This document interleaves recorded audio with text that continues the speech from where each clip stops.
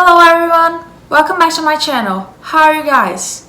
In today's video, I'll be doing something different because I'll be not only changing the genre, but I'll be also speaking about the book's adaptation.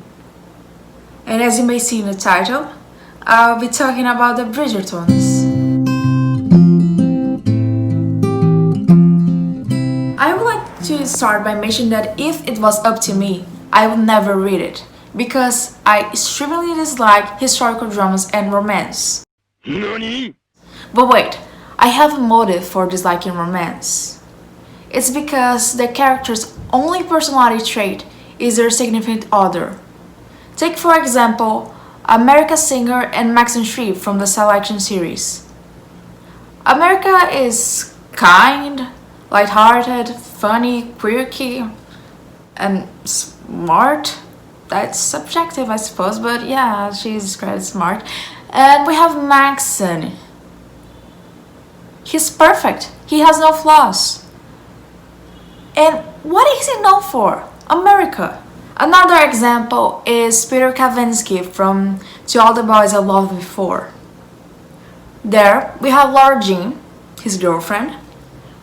She's nice, she's caring, she actually gives us some real representation. She is a nice character, I suppose.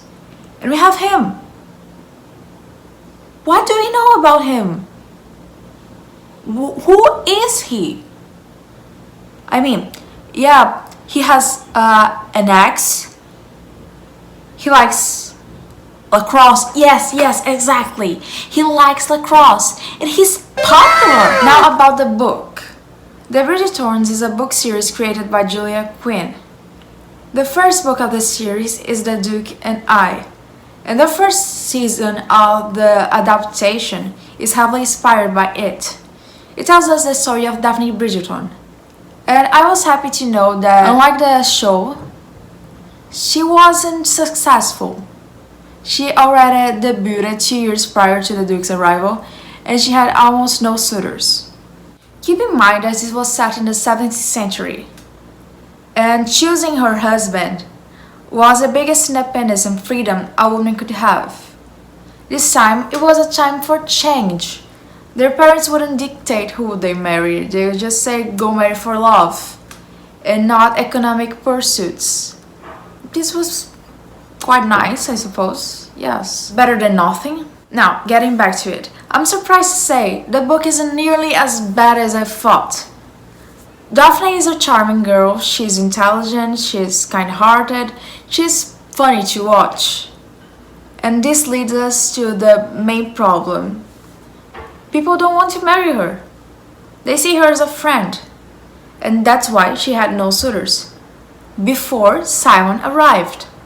He, the Duke, didn't want to marry. He had a traumatic past, and he simply disliked marriage. So he made an arrangement with her. They sat down and they talked. No, if you show you're interested in me, everyone will like me. And he said, well, yes, and if they think I'm interested in you, mothers will stop pestering me about going out with their daughters. Wow, win-win. Only after that she's proclaimed the seasons incomparable.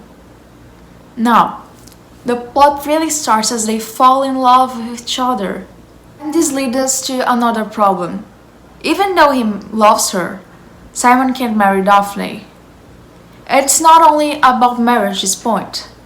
It's about children. Her greatest dream is to be a mother. And he doesn't want children, he won't have children. Because his trauma made him believe that he shouldn't have them. And that's completely understandable. He needed time to heal, he didn't have it. So yes, they wouldn't get married. Except that they got married.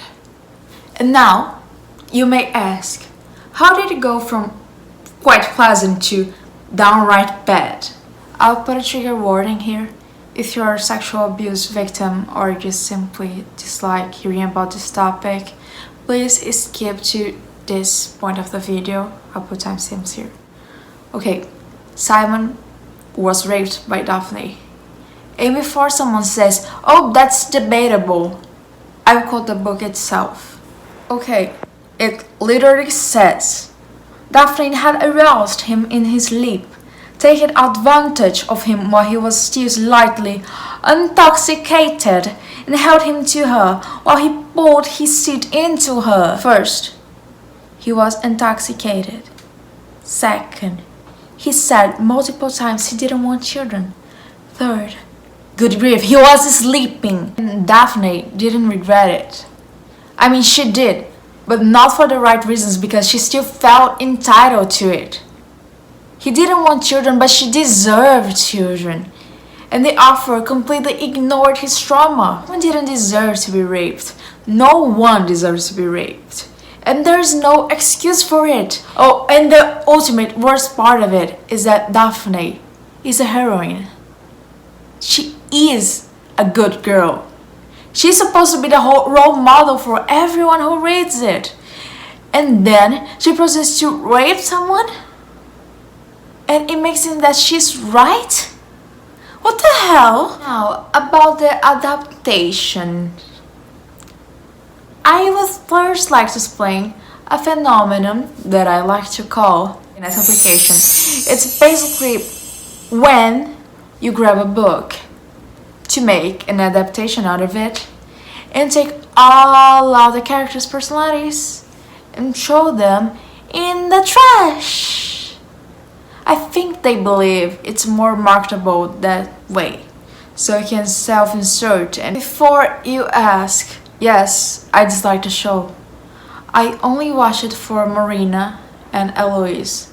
And imagine my shock when I grabbed this book. There was no sign of them. They were gone. The thing about the adaptation was the representation. In the book, it was filled with white people and only white people. It's one thing when actual historical dramas do it, Jane Austen style, because it was written in the 17th century. But now, in the 21st century, the fact that Julia Quinn ignored such a huge part of the population is quite gross. I explained what was nice, but now another thing that I hated. Why was the string quartet playing "Thank You Next"? Why the dreams in my blood? What was happening? Another thing that I need to mention, even though I really don't want to, because it makes me really uncomfortable, there's a lot of smut, and if you don't want to watch it, don't watch it, because it gives us nothing about the plot. But well, you're watching this, so yeah, I don't think anyone would do it for the plot, because it's not existent. Disclaimer alert, I'm talking about the TV show, not the book. The book has a plot, the TV show no. Thanks for watching, folks, and that's it. Please like and subscribe, and if you have any book requests, please write them down in the comments. Bye!